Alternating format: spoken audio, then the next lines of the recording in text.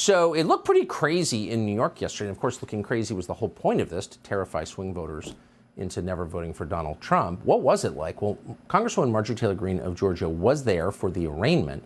And before she arrived, the mayor of the city, already failed just a year into office, Eric Adams, described her as a criminal and implied he would punish her if she misbehaved. Meanwhile, actual lunatics showed up and prevented her from speaking. Watch. Sir, can I ask what those are for? So we hear that Marjorie Taylor Greene is coming to the city right here. So we brought some whistles to hand out to people to drown her out with some noise.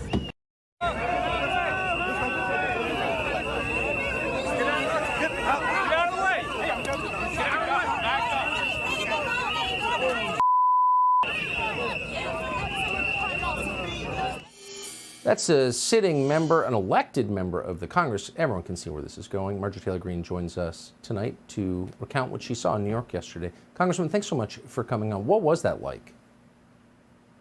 Well, it was absolute chaos, and that's what the mayor of New York City wanted to happen to me.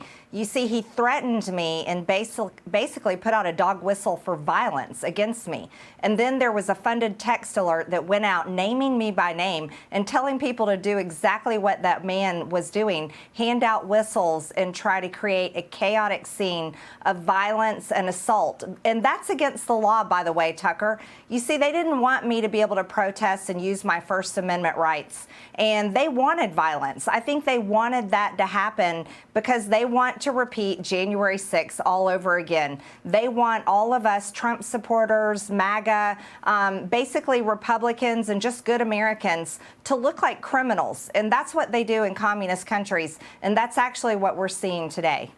Well, the first thing to do, of course, is take away your freedom to speak. And if you can't say what you really think, then you're not a free person, you're a slave. And once you are, then there's really nothing they can't do to you.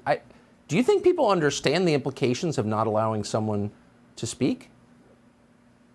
I don't think they do. I don't think people realize what dangerous times we're living in. You see, the Democrat Party, they're the fascists. They want to cancel our voices.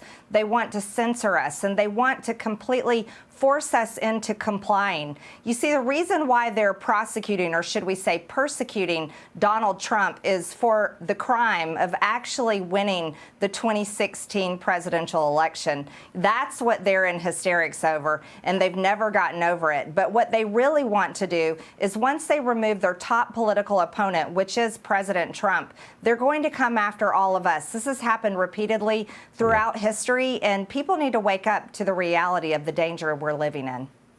Really quick, since you were just there, but Mayor Adams described New York as, quote, his home. How did his home look? Pretty neat and tidy? No, his home is disgusting. I compared it to what I called Gotham City. The streets are filthy. They're covered with people basically dying on drugs. They can't even stand up. They're falling over. There's so much crime in the city. I can't comprehend how people live there. It was repulsive. It smells bad. And I think it's a terrible place. Yeah, with some nice people, I will say that. Congresswoman Marjorie Taylor Greene, just back from New York. Thank you so much. Thank you, Tucker. Subscribe to the Fox News YouTube channel to catch our nightly opens, stories that are changing the world and changing your life. From Tucker Carlson Tonight.